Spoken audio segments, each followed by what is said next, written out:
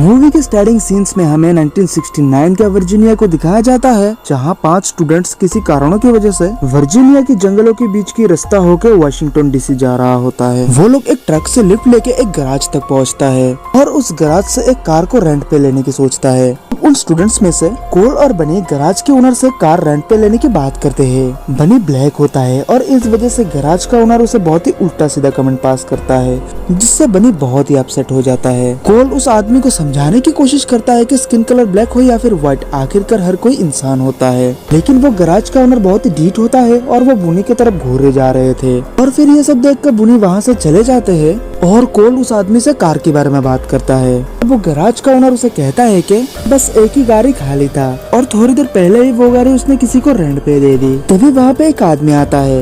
ये वही आदमी होता है जिससे गैराज का ओनर थोड़ी देर पहले कार रेंट पे दिया था। उस आदमी का नाम क्विंटन होता है। उस आदमी को जब पता चलता है कि वो लोग भी वाशिंगटन जाना चाहता है, तब वो उन लोगों को लिफ्ट देना चाहता है क्योंकि वो भी वाशिंगटन जाने वाला होता है। हालांकि कोल पहले क्विंटन की कार से जाने के लिए मना कर देता है, लेकिन क्विंटन जब कहता है कि वो उन लोगों का मदद करना चाहता है, कोल उसकी गाड़ी से जाने के लिए एग्री कर देता है और फिर वो लोग गाड़ी में चढ़ के अपना सफर शुरू करता है।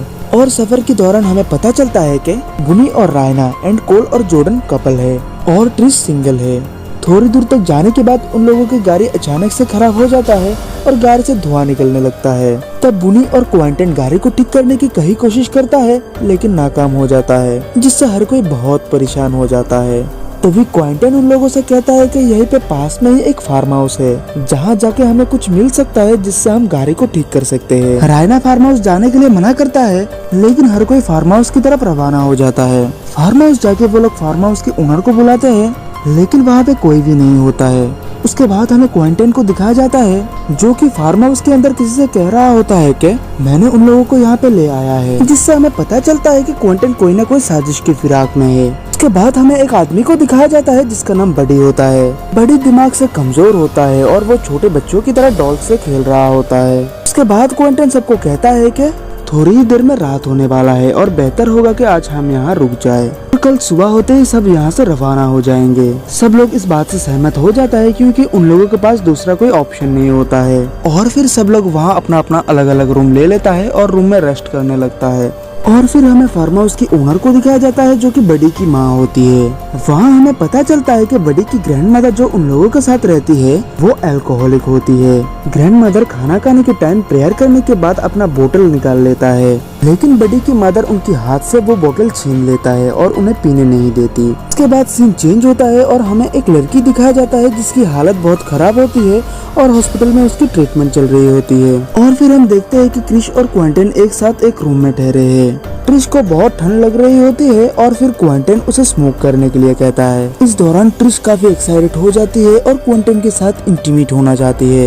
ये बात क्विंटन को पसंद नहीं आता है और वो ट्रिश को धक्का देकर वहाँ से निकल जाता है, जिससे ट्रिश बहुत ही अपसेट हो जाता है। इसके बाद क्विंटन कोल और जॉर्डन के पास जाता है और उन्हें कहता है कि उसने फार्म हाउस के पास एक ट्रक को देखा है, जिससे वो लोग कल सुबह यहाँ से निकल सकता है। और फिर कोल और जॉर्डन क्विंटन के साथ उस ट्रक को देखने जाते हैं। वो ट्रक फार्म की चारों ओर लगे कांटेदार की उस पार होती है। कोल कांटेदार के नीचे से उस ट्रक के पास चले जाते हैं, लेकिन जब जॉर्डन उस कांटेदार को पकड़ते हैं तब उसे बहुत तेज बिजली का झटका लगता है, जिससे उसके हाथ जल जाता है। क्विंटन तब जॉर्डन के हाथ पे एक कपड़ा से बांध देता है और कोल भी जॉर्डन के पास चले आते हैं। अगली सुबह जब वो लोग उठता है तब बडी को वो लोग बाहर देखता है। कोल जब बडी से बातें करने के लिए उसके सामने जाता है तब बडी कोल पे हमला कर देता है, जिसे देख बुनी भी बडी के ऊपर हमला कर देता है और बुनी और बडी के बीच काफी हाथापाई होता है। तभी वहाँ फार्म हाउस का ओनर यानी कि बडी की माँ आता है और बुनी और बडी का फाइट रुकवाता है। बडी का मदर बडी की इस हरकत के लिए उन सबसे माफी मांगते हैं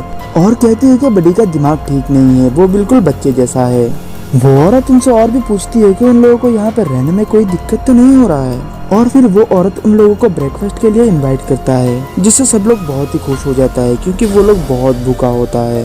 कोल की नाक से बहुत ब्लीडिंग हो रही होती है क्योंकि बडी की अटैक से कोल का नाक टूट जाता है। खैर उसके बाद सब लोग ब्रेकफास्ट करने जाते हैं और ब्रेकफास्ट के दौरान ट्रिश सबसे कहती है कि उसे यहाँ पे कुछ भी ठीक नहीं लग रहा है और बेहतर होगा कि यहाँ से जल्दी निकल जाए। उसके बाद कोल और जॉर्डन बडी से सॉरी कहने जाते हैं ताकि बडी से मदद लेके वो लोग ट्रक को ठीक कर सके। वहाँ हम देखते हैं कि बडी जॉर्डन को बहुत पसंद करने लगता है और जॉर्डन से कहता है कि क्या तुम मुझसे फ्रेंडशिप करोगे। और जॉर्डन उसे यस कर देता है। तब बड़ी जॉर्डन को उनकी फ्रेंडशिप की निशानी के तौर पे एक डॉल देता है। उसके बाद जॉर्डन रायना को कहती है कि वो पागल आदमी उससे फ्रेंडशिप करना चाहते हैं और उसे एक डॉल भी दिया है, जिसे लेकर रायना जॉर्डन के साथ मजाक करती है। उसके बाद हमें फिर से वो लड़की को दिखाया जाता है जो कि हॉस्पिटल में होती है और उसका ऑपरेशन चल रहा होता है। और तब हम देखते हैं कि उस लड़की के एक पैर नहीं होती है। और फिर हम ट्रिश को देखते हैं जो फार्म हाउस के ओनर के पास जाती है और उनसे पूछती है कि क्या मैं आपका टॉयलेट यूज कर सकता हूँ। तब वो औरत उससे कहती है कि हमारा टॉयलेट बहुत ही गंदा है और मैं ये नहीं चाहती हूँ कि घर का मेहमान इस टॉयलेट को देखे। और फिर वो औरत ट्रिश को फार्म हाउस के पीछे वाले टॉयलेट में जाने के लिए कहती है। ट्रिश फार्म हाउस के पीछे जाती है लेकिन उसे वहाँ पे कोई भी टॉयलेट नहीं मिलता है। वो वहाँ टॉयलेट को ढूंढते हुए एक रूम में पहुँच जाती है जहाँ चारों ओर खून था और वहाँ पे कई सारे औजार भी होती है। वहाँ ट्रिश को एक डायरी भी मिलती है जिसमें इंसानों की बॉडी पार्ट्स की ऑर्डर के बारे में लिखा हुआ होता है, जिससे ट्रिश समझ जाती है कि ये एक स्लॉटर हाउस है और यहाँ इंसानों की बॉडी पार्ट्स का बिजनेस होता है। ट्रिश वहाँ से निकलने वाली होती है लेकिन तभी वहाँ पे बडी चले आते हैं। ट्रिश बडी से रिक्वेस्ट करती है कि वो उसे कुछ ना करे और यहाँ से जाने दे, लेकिन बडी उस पे एक हैमर से हिट कर देता है जिससे वो बेहोश हो जाती है। और फिर बडी उसे एक बेड में बांध के उसका गला काट देता है। उसके बाद बडी ट्रिश की हाथ और पैर को काट के एक बॉक्स में ले लेता है और ट्रिश की चमड़ी उधेड़ देता है। और फिर बडी ट्रिश के सर को काट के बॉडी से अलग कर लेता है। उसके बाद हमें रायना और बुनी को दिखाया जाता है जो कि फार्म हाउस में घूम रहे होते हैं। तब उनके सामने फार्म हाउस का ओनर आ जाती है और उनको लंच के लिए इनवाइट करती है। तब बुनी उस लड़की से कहता है कि आपका खातिरदारी के लिए शुक्रिया, लेकिन थोड़ी ही देर में हम यहाँ से निकलने वाले हैं। इस बात को सुन के फार्म हाउस का ओनर बहुत ही गुस्सा हो जाता है और एक शॉटगन लेकर बुनी के पैर में शूट कर देता है, जिससे बुनी का पेट 2 हिस्से में बढ़ जाता है। ये देख वो दोनों काफी डर जाता है और रायना बहुत ही रोने लगती है। रायना रोती हुई उस लेडी से पूछती है कि तुमने ऐसा क्यों किया है। और तब वो लेडी गन के पिछले हिस्से से वार करके रायना को बेहोश कर देती है। उसके बाद हमें फ्लैशबैक में दिखाया जाता है कि क्विंटन क्यों गैराज में गया था। दरअसल क्विंटन ह्यूमन बॉडी पार्ट्स का बिजनेस करता है और वो उन फार्म हाउस वालों से मिला हुआ होता है। गैराज का ओनर क्विंटन का सप्लायर होता है और क्विंटन उसको बॉडी पार्ट्स का ऑर्डर देने उसकी गैराज जाता है। गैराज का ओनर कहता है कि इस बार खुद क्विंटन को कुछ लोगों को वहाँ पे ले जाना पड़ेगा और इस वजह से गैराज का ओनर और क्विंटन प्लान करके उन लोगों को फार्म हाउस ले गया था। दूसरी तरफ बड़ी ट्रिश की बॉडी पार्ट्स को काटने के बाद बचा कुचा बॉडी पार्ट्स सुअर को खाने के लिए देता है, जिसे जॉर्डन देख लेती है और बहुत ही डर जाती है। तब जॉर्डन कोल और क्विंटन को सब कुछ बताती है और यहाँ से फौरन निकलने के लिए कहती है। तब क्विंटन उनके सामने ऐसे बिहेव करते हैं जैसे उसे कुछ पता ही ना हो। कोल और जॉर्डन वहाँ से निकलने की कोशिश करती है, तभी उन्हें पता चलता है कि किसी ने उस रूम का डोर बाहर से लॉक कर दिया है, जिससे वो दोनों काफी परेशान हो जाती है और यहाँ से निकलने के लिए दूसरा रास्ता ढूंढने लगता है। उस तरफ हमें बुनी और रायना को दिखाया जाता है जो कि बंधा हुआ होता है और बडी भी वहाँ पे होता है। बडी रायना के पास जाता है और रायना के सर से स्कैल्प काट लेता है। बुनी ये सब देख के बहुत रोता है। बडी को ये सब ना करने की रिक्वेस्ट करता है, लेकिन बडी बुनी की एक भी नहीं सुनता है और रायना के पेट को फाड़ के उसके आंतड़ियाँ बाहर निकाल लेता है, जिससे वो मारी जाती है।